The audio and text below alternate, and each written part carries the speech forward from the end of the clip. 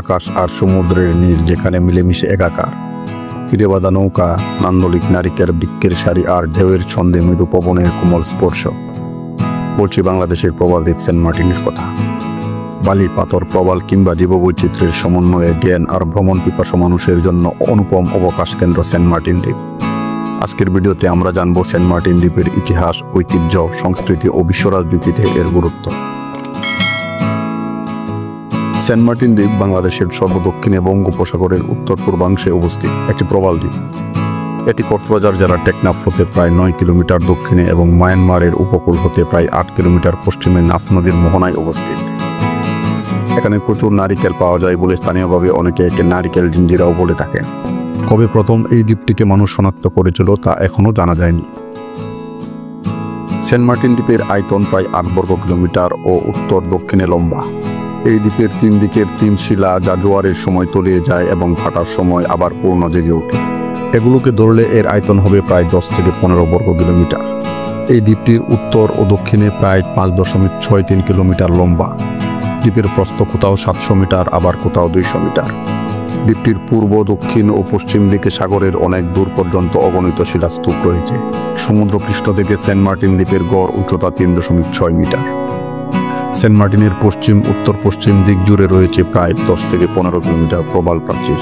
প্রায় 40 বছর আগে ভূতাত্ত্বিক সময়পুঞ্জের হিমবাহ যুগে বাংলাদেশের একমাত্র এ প্রবাল দ্বীপটির উত্থান শুরু হয়। 5000 বছর আগে দ্বীপটি ছিল মূল ভূমি তথা টেকনাফ পেনিনসুলার বর্ধিত অংশ। কিন্তু পরবর্তী সময়ে ধীরে ধীরে দ্বীপটি সমুদ্রের নিচে নিমজ্জিত হয়ে যায়। প্রায় 450 বছর আগে বর্তমান সেন্ট মার্টিন দ্বীপের দক্ষিণ অংশ জেগে ওঠে। পরবর্তী 100 বছরে এর উত্তর অংশ এবং তার পরবর্তী 100 বছরের মধ্যে মধ্যবর্তী ও বাকি অংশ জেগে ওঠে। ঐতিহাসিকদের মতে প্রায় 250 বছর আগে দক্ষিণ পূর্ব ও এশিয়ার সঙ্গে বাণিজ্যের সময় আরব বণিকদের নজরে আসে সমুদ্র বেষ্টিত এ ভূখণ্ডটি, যেটি মূলত তারা সমুদ্র যাত্রায় বিশ্রামের জন্য ব্যবহার করত। তৎকালীন সময়ে আরবরা এটিকে জাজিরা বলে ডাকত। আরবি জাজিরা অর্থ দ্বীপ। 1890 সালে 13টির মতো আদিবাসী, রাখাইন ও বাঙালি পরিবার সর্বপ্রথম এ দ্বীপে বসতি স্থাপন করে। মূলত নারিকেল গাছের প্রাধান্য থাকায় স্থানীয় অধিবাসীরা এটিকে নারিকেল জিঞ্জিরা বলে ডাকত। আরবি জিঞ্জিরা অর্থ সমুদ্র বেষ্টিত উপদ্বীপ। 1900 সালে ব্রিটিশ শাসনামলে সম্পন্ন ভূমি জরিপের সময় এই দ্বীপটি ব্রিটিশ ভারতের অন্তর্ভুক্ত করা হয়। যদিও সে সময় বার্মা তথা মিয়ানমার ব্রিটিশ শাসনাধীন ছিল। তারপরও দ্বীপটির অবস্থানগত কারণে এটিকে বার্মার অন্তর্ভুক্ত না করে ব্রিটিশ ভারতের অন্তর্ভুক্ত করা হয়। ব্রিটিশ শাসনামলে সেন্ট তথা সাধু সন্ন্যাসী প্রভাবিত এ দ্বীপকে তৎকালীন চট্টগ্রামের জেলা প্রশাসক মিস্টার মার্টিনের নাম অনুসারে এর নাম সেন্ট মার্টিন রাখা হয়। সেই থেকে ব্রিটিশ ভারত প্রশাসনের হয়ে এবং 1947 সালে দেশ বিভাগ হওয়ার পরে পূর্ব পাকিস্তানের ও 1971 সালে স্বাধীন বাংলাদেশের গুরুত্বপূর্ণ সার্বভৌম ভূখণ্ড হিসেবে সেন্ট মার্টিন স্বমহিমায় উজ্জ্বল। ভৌগোলিকভাবে এটি 3টি অংশে বিভক্ত। উত্তর অংশকে বলা হয় নারিকেল জিঞ্জিরা বা উত্তরপাড়া, দক্ষিণাঞ্চলীয় অংশকে বলা হয় দক্ষিণ পাড়া এবং এর সঙ্গে সংযুক্ত রয়েছে দক্ষিণ ও পূর্ব দিক বিস্তৃত একটি সংকীর্ণ লেজের মতো এলাকা। এই সংকীর্ণতম অংশটি কলাচিপা নামে পরিচিত। দ্বীপের দক্ষিণে 100 থেকে 500 বর্গমিটার আয়তনের ছোট দ্বীপ আছে যা স্থানীয়ভাবে ছেড়াদিয়া বা সিরাদিয়া নামে পরিচিত। ভাটার সময় এই দ্বীপে হেঁটে যাওয়া যায়, তবে জোয়ারের সময় নৌকার প্রয়োজন হয়। সেন্ট মার্টিন দ্বীপটির ভূপ্রকৃতি প্রধানত সমতল। এই দ্বীপটির প্রধান গঠন উপাদান হলো চুনাপাথর। দ্বীপটির উত্তর পাড়া এবং দক্ষিণ পাড়া 2 জায়গায় প্রায় সমান মাঝখানে জলভূমি আছে। এগুলো মিঠা পানি সমৃদ্ধ এবং ফসল উৎপাদনে সহায়ক। দ্বীপটিতে কিছু কৃষি উৎপাদন হয়ে থাকে, তবে তা প্রয়োজনের তুলনায় অনেক কম। সেন্ট মার্টিন দ্বীপে প্রায় 66 প্রজাতির প্রবাল, 187 প্রজাতির শামুক ঝিনুক, 153 প্রজাতির সামুদ্রিক শৈবাল, 157 প্রজাতির মুক্তজীবী উদ্ভিদ, 240 প্রজাতির সামুদ্রিক মাছ, 4 প্রজাতির উভচর ও 120 প্রজাতির পাখি পাওয়া যায়। স্থানীয়ভাবে পেজালা নামে পরিচিত সিউডস বা এলগি সামুদ্রিক শৈবাল সেন্ট মার্টিনের প্রচুর পাওয়া যায়। এখানেও রয়েছে 19 প্রজাতির স্তন্যপায়ী প্রাণী। অমেরুদণ্ডী প্রাণীদের মধ্যে রয়েছে স্পঞ্জ, শিল কাঁকড়া, সন্ন্যাসী শিল কাঁকড়া, লবস্টার ইত্যাদি। মাছের মধ্যে রয়েছে পরি মাছ, প্রজাপতি মাছ, বোল কোরাল, রাঙা কই, সুই মাছ, লাল মাছ, উড়ুক্কু মাছ ইত্যাদি। সামুদ্রিক কচ্ছপ, সবুজ সাগর কাসিম এবং জলপাইরঙা সাগর কাসিম প্রজাতির ডিম পাড়ার স্থান হিসেবে জায়গাটি খ্যাত। এ দ্বীপের দক্ষিণ দিকে প্রচুর পরিমাণে কেওড়ার ঝোপঝাড় রয়েছে। দক্ষিণ দিকে কিছু ম্যানগ্রোভ গাছ আছে। অন্যান্য উদ্ভিদের মধ্যে রয়েছে কেয়া, শেওড়া, সাগরতলা, বাইন গাছ ইত্যাদি। আনুমানিক 100 থেকে 125 বছর আগে এখানে লোকবসতি শুরু হয়েছিল। বর্তমানে এখানে 7,000-এরও বেশি মানুষ বসবাস করে। এখানকার বাসিন্দাদের প্রধান পেশা মাছ ধরা। পর্যটক ও হোটেল ব্যবসায়ীরা প্রধানত তাদের কাছ থেকে মাছ কেনেন। ছোট মাছ পাটিতে বিছিয়ে আর পিটকালা মাছ বালুতে বিছিয়ে এবং বড় জাতের মাছ পেট বরাবর ফেঁড়ে মাচায় শুকানো হয়। তাছাড়া দ্বীপবাসী অনেকে মাছ ও নারিকেল পেজালা এবং ঝিনুকের ব্যবসা করেন। এছাড়াও কিছু মানুষ দোকানের মাধ্যমে জীবিকা নির্বাহ করে থাকেন। মায়ানমারের আরাকান থেকে বাংলা ভাষাভাষী রোহিঙ্গাদের দ্বীপ অঞ্চলে প্রায়শই দেখা যায়। পর্যটন মৌসুমে এখানে প্রতিদিন 5টি লঞ্চ বাংলাদেশের মূল ভূখণ্ড হতে আসা যাওয়া করে। সেন্ট মার্টিন দ্বীপে বর্তমানে বেশ কয়েকটি ভালো আবাসিক হোটেল রয়েছে, একটি সরকারি ডাকবাংলোও রয়েছে। সম্প্রতি প্রবাল দ্বীপ সেন্ট মার্টিন ভ্রমণে কিছু নিষেধাজ্ঞা আরোপ করা হয়েছে। 4 মাস পর্যটকদের যাতায়াত ও অবস্থান সীমিত করার সিদ্ধান্ত নিয়েছে সরকার। নভেম্বরে পর্যটকরা যেতে পারলেও রাত্রি যাপন করতে পারবেন না। ডিসেম্বর ও জানুয়ারি মাসে যেতে পারবেন, থাকতেও পারবেন। অনলাইনে রেজিস্ট্রেশনের মাধ্যমে দিন 2000 পর্যটক যেতে পারবেন। ফেব্রুয়ারি মাসে কোনো পর্যটক সেন্ট মার্টিন যেতে পারবেন না। নভেম্বর, ডিসেম্বর, জানুয়ারি ও ফেব্রুয়ারি পর্যন্ত সীমিত থাকবে এই নিষেধাজ্ঞা। দ্বীপটিকে পরিবেশ বান্ধব করার জন্য এই সিদ্ধান্ত নেওয়া হয়েছে। এর আগেও অনেকবার সেন্ট মার্টিন ভ্রমণে নিষেধাজ্ঞা আরোপ করা হয়েছিল, তবে তা বাস্তবায়ন করা সম্ভব হয়নি। এবার দেখা যাক সেন্ট মার্টিন ভ্রমণ নিয়ন্ত্রণ কতটা সম্ভব হয়। সেন্ট মার্টিন দ্বীপ এবং ডিয়েগো গার্সিয়ার মধ্যে একটি সমান্তরাল রেখা টানা যেতে পারে, যা ভারত মহাসাগরের একটি দ্বীপ যেখানে স্নায়ুযুদ্ধের সময় মার্কিন সামরিক নৌঘাঁটি ছিল।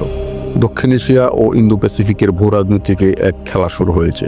3টি রাষ্ট্র, চীন, যুক্তরাষ্ট্র ও পাকিস্তান, অর্কেস্ট্রেটেড বিপ্লবের মাধ্যমে শেখ হাসিনার পতনে প্রধানত জড়িত ছিল বলে মনে করা হয়। এর পাশাপাশি বর্তমান সংকটে আরেকটি মূল বিষয় হচ্ছে মিয়ানমারের উত্তর পশ্চিম সীমান্তের কাছে বাংলাদেশের উত্তর পূর্বাঞ্চলের অবস্থিত সেন্ট মার্টিন দ্বীপ। মাত্র 8 বর্গ কিলোমিটার জুড়ে অপেক্ষাকৃত ছোট দ্বীপ হওয়া সত্ত্বেও দ্বীপটি উল্লেখযোগ্য কৌশলগত গুরুত্ব বহন করে। এটি বঙ্গোপসাগর এবং ভারত মহাসাগরের মধ্যে একটি গুরুত্বপূর্ণ সংযোগ হিসেবে কাজ করে। এটি দক্ষিণ পূর্ব এশিয়ার একটি প্রবেশদ্বার। ভারত ও চীন উভয়ের সাথেই এর নৈকট্য ও কৌশলগত মূল্যকে আরও জোরদার করে। ইন্দো প্যাসিফিকের ভূ রাজনীতি, বাণিজ্য, বাংলাদেশের অবস্থান এবং উদ্বেগ আসলে একটি নতুন শীতল যুদ্ধের জন্ম দিয়েছে। ইন্দো প্যাসিফিক বা ইন্দো প্যাসিফিক এশিয়া হলো বিশ্বের বৈচিত্র্যময় জৈব ভৌগোলিক অঞ্চলগুলোর মধ্যে একটি, যা ভারত মহাসাগরের গ্রীষ্মমণ্ডলীয় জল এবং পশ্চিম ও মধ্য প্রশান্ত মহাসাগর নিয়ে গঠিত। বিশ্ব বাণিজ্যের দৃষ্টিকোণ থেকে এই রুটটি দিয়ে বিশ্বের 3 ভাগের 2 ভাগ পণ্য পরিবহন করা হয়। বঙ্গোপসাগর ইন্দো প্যাসিফিকের ভৌগোলিকভাবে গুরুত্বপূর্ণ অংশ, আর সেই কারণে বাংলাদেশ সবার আগ্রহের বিষয়। এটি একেবারে নিশ্চিত যে মার্কিন নেতৃত্বাধীন ইন্দো প্যাসিফিক ইকোনমিক ফ্রেমওয়ার্কটি বিশ্বের অন্যতম প্রধান শক্তি হয়ে ওঠা চীনের ক্রমবর্ধমান প্রভাব মোকাবেলা করার জন্য ডিজাইন করা হয়েছে, যাতে মার্কিন অর্থনীতির উন্নতি অব্যাহত থাকে এবং তার বিশ্বে কর্তৃত্ববাদ ও নিয়ন্ত্রণ শক্তিশালী থাকে। চীন মার্কিন এই উদ্যোগকে চীনকে বাদ দেওয়ার এবং বিশ্বের বিভিন্ন দেশের উপর মার্কিন আধিপত্য বিস্তারের একটি রাজনৈতিক কৌশল হিসেবে মনে করে। এদিকে চীন বেআইনি সামুদ্রিক শিপিং লাইনকে হুমকি দিচ্ছে এবং চীনের পিআরসি সীমানা বরাবর অস্থিতিশীল পরিবেশ তৈরি করছে। এই উত্তপ্ত ভূ রাজনৈতিক প্রতিদ্বন্দ্বিতায় বাংলাদেশ গুরুত্বপূর্ণ হয়ে উঠেছে, কারণ বঙ্গোপসাগর হলো ভারত ও প্রশান্ত মহাসাগরের মধ্যে একটি গুরুত্বপূর্ণ ট্রানজিট জোন এবং পূর্ব এশিয়ায় বাণিজ্যের প্রধান পথ। সুতরাং ভৌগোলিক তাৎপর্য এবং উভয় মার্কিন ও চীন বৃহৎ শক্তির সাথে তার সম্পর্কের কারণে একটি পক্ষ বেছে নেওয়া বাংলাদেশের জন্য ঝুঁকি বলে মনে করা হতো।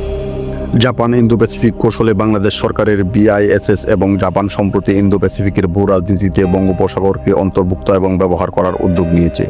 এই প্রচেষ্টার পরিপ্রেক্ষিতে জাপান বর্তমানে মাতারবাড়িতে বাংলাদেশের প্রথম গভীর সমুদ্র বন্দর তৈরি করেছে, যা বে অফ বেঙ্গল ইন্ডাস্ট্রিয়াল গ্রোথ বেল্টে ব্যাপক অবদান রাখবে, যাকে বিগ বেও বলা হয়। এই ধরনের অবকাঠামোগত উন্নয়ন মার্কিন যুক্তরাষ্ট্রের জন্য অত্যন্ত গুরুত্বপূর্ণ, কারণ বাংলাদেশ ইন্দো প্যাসিফিকের কৌশলগত বাণিজ্য রুটে অবস্থিত। বাংলাদেশের ভূ রাজনৈতিক অবস্থানের কারণে বাংলাদেশ এখন পরাশক্তিগুলোর কৌশলের অংশ হয়ে উঠেছে। বাংলাদেশ এখন ভূ রাজনীতির ষড়যন্ত্রের এবং শক্তিশালী রাষ্ট্রগুলোর প্রতিদ্বন্দ্বিতার মধ্যে পড়ে গেছে। একদিকে ভারত ও পাকিস্তানের বৈরিতায়, যুক্তরাষ্ট্র ও রাশিয়ার বৈরিতায়, এবং এখন চীন ও পশ্চিমা বিশ্বের মধ্যে প্রতিদ্বন্দ্বিতা। এর প্রভাবে বাংলাদেশের রাজনৈতিক দ্রুত পরিবর্তন হচ্ছে। তাছাড়াও চীন ভারত বৈরিতা বাংলাদেশের জন্য আরেক সমস্যা। Bangladesh one belt one road উদ্যোগের একটি অংশ এবং এর কৌশলগত অবস্থান চীনের জন্য কৌশলগতভাবে গুরুত্বপূর্ণ। বাংলাদেশ চীন মিয়ানমার অর্থনৈতিক করিডোর চীনের জন্য বিশেষভাবে তাৎপর্যপূর্ণ এবং এই করিডোর বাংলাদেশের সম্পৃক্ততা ও এর গুরুত্ব তুলে ধরে। পরন্তু চীন চট্টগ্রাম বন্দর সহ বাংলাদেশের গুরুত্বপূর্ণ অবকাঠামো প্রকল্প নির্মাণে জড়িত রয়েছে। মার্কিন যুক্তরাষ্ট্র বাংলাদেশের সাথে একটি মুক্ত ও উন্মুক্ত ইন্দো প্যাসিফিক অঞ্চল নিশ্চিত করার ক্ষেত্রে কাজ করতে চায়। এদিকে আরাকান আর্মি চীন রাজ্যের পালেতোয়া শহরে নিজেদের অবস্থান দৃঢ় করছে। আরাকান আর্মি এই বছরের শুরুতে চীন রাজ্যের দক্ষিণাঞ্চলীয় শহরটি সফলভাবে দখল করার পর এই অঞ্চলে নিজস্ব শাসন প্রতিষ্ঠা করেছে। আরাকান আর্মির বিষয়ে মার্কিন সরকার ও পেন্টাগনের আগ্রহ রয়েছে। মিয়ানমারের পশ্চিমাঞ্চলীয় রাখাইন রাজ্যে মিয়ানমারের জান্তা ও আরাকান আর্মি বিদ্রোহী গোষ্ঠীর মধ্যে লড়াই বাংলাদেশের জন্য চিন্তার বিষয়। গত বছর বাংলাদেশ সফরে এসে যুক্তরাষ্ট্রের 2 কংগ্রেসম্যান এড কেস ও রিচার্ড ম্যাক্রোমিন এবং যুক্তরাষ্ট্রের 11 সদস্যের প্রতিনিধি দল রোহিঙ্গাদের স্থায়ীভাবে গ্রহণ করতে বাংলাদেশকে পরামর্শ দিয়েছিল। মার্কিন প্রশাসনের সর্বোচ্চ স্তরে এখন রোহিঙ্গা ইস্যুতে উল্টো পথ ধরেছেন। ওয়াশিংটন ভিত্তিক উইলসন সেন্টার থিঙ্ক ট্যাঙ্কের দক্ষিণ এশিয়ার পরিচালক মাইকেল কুগেলম্যানের মতে বাংলাদেশ যে কোনো উপায়ে বিদ্রোহীদের বিষয়ে সতর্ক থাকতে হবে। বেশ কিছু বছর যাবৎ চীনের আধিপত্য খর্ব করার জন্য বাংলাদেশে সামরিক ঘাঁটির জন্য যুক্তরাষ্ট্র মরিয়া। এদিকে বাংলাদেশ ভারতের কিছু অংশ যেমন 7 সিস্টার্স ও মিয়ানমারের আরাকান নিয়ে নতুন রাষ্ট্র গঠনের ষড়যন্ত্র। এই কুখ্যাত এজেন্ডা নিয়ে একটি গ্রুপ গোপনে কুকি চীন, ন্যাশনাল ফ্রন্ট KNF এবং ইউনাইটেড লিবারেশন ফ্রন্ট এর পরেশ বড়ুয়া সহ বেশ কয়েকটি আঞ্চলিক বিদ্রোহী গোষ্ঠীর সাথে হাত মিলিয়েছে। গত বছর শেখ হাসিনা 14 দলীয় জোটের নেতাদের বলেছিলেন যে বাংলাদেশ এবং মিয়ানমার থেকে অংশ নিয়ে পূর্ব তিমুরের মতো একটি খ্রিস্টান রাষ্ট্র গঠনের ষড়যন্ত্র চলছে।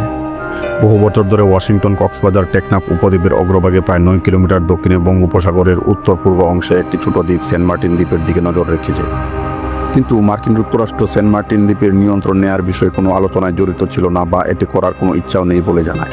এদিকে বেশ কয়েক বছর ধরে খ্রিস্টান মিশনারি, সেই সাথে পশ্চিমা এনজিওগুলোর উপর বাংলাদেশ, ভারত ও মায়ানমারের সীমান্তবর্তী এলাকায় যেমন টেকনাফ, খাগড়াছড়ি, রাঙ্গামাটি, মিজোরাম, মেঘালয়, আরাকান প্রদেশ গুরুত্বের সাথে কাজ করছে।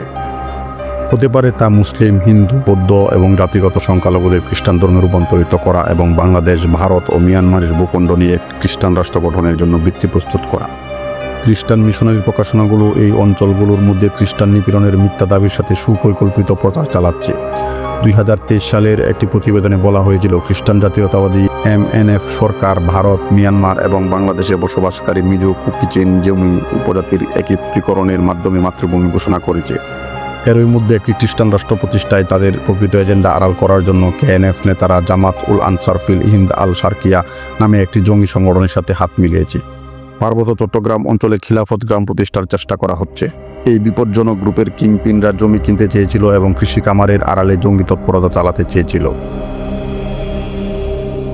সুতরাং বলা যায় প্রবাল দ্বীপ সেন্ট মার্টিন নিয়ে কোনো চক্রান্ত বাস্তবায়িত হলে পশ্চিমা দেশগুলো, বিশেষ করে মার্কিন যুক্তরাষ্ট্র এবং ব্রিটেন, এই রাষ্ট্রগুলোকে তাদের অধীনস্থ রাষ্ট্র হিসেবে ব্যবহার করে পরিকল্পিত খ্রিস্টান রাষ্ট্রের উপর চড়ে পুরো অঞ্চলে প্রবেশাধিকার পাবে। নিঃসন্দেহে এটি ভারত, বাংলাদেশ এবং মিয়ানমারের জাতীয় নিরাপত্তার জন্য একটি গুরুতর হুমকি। বর্তমান পেন্টাগনের ভূমিকা ও আগ্রহ বাংলাদেশের জন্য কোনো সংকেত হতে পারে। তা দক্ষিণ এশিয়া, দক্ষিণ পূর্ব এশিয়া এবং ব্যাপকভাবে ইন্দো প্যাসিফিকের ভূ রাজনীতিতেও ব্যাপক প্রভাব ফেলবে। বাংলাদেশের ভূরাজনৈতিক অবস্থান মার্কিন যুক্তরাষ্ট্র, চীন ও পাকিস্তানের মতো বহিরাগত শক্তির স্বার্থের সাথে মিলে বাংলাদেশের বর্তমান ভূরাজনৈতিক অস্থিরতাকে তীব্রতর করেছে। এই বহিরাগত দেশ বাংলাদেশের অভ্যন্তরীণ রাজনৈতিক অস্থিরতাকে কাজে লাগিয়ে বাংলাদেশের রাজনৈতিক অচলাবস্থাকে আরও বাড়িয়ে তুলেছে। সেন্ট মার্টিন একটি ছোট দ্বীপ কিন্তু গুরুত্বপূর্ণ ভূখণ্ড। কীভাবে বাংলাদেশের আন্তর্জাতিক সম্পর্ক এবং সমুদ্র সম্পর্কিত নীতিতে প্রভাব ফেলে তা সত্যিই গুরুত্বপূর্ণ।